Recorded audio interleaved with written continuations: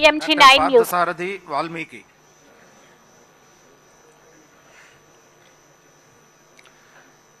Doctor Parthasarathi Valmiki అని నేను శాసనసభ్యుడిగా ఎన్నికైనందున శాసనం ద్వారా నిర్మితమైన భారత రాజ్యాంగం పట్ల నిజమైన విశ్వాసం, విధేయత చూపుతానని, భారతదేశ సార్వభౌమాధికారాన్ని, సమగ్రతను కాపాడుతానని, నేను స్వీకరించబోయే కర్తవ్యాన్ని శ్రద్ధాశక్తులతో నిర్వహిస్తానని దైవసాక్షిగా ప్రమాణం చేస్తున్నాను.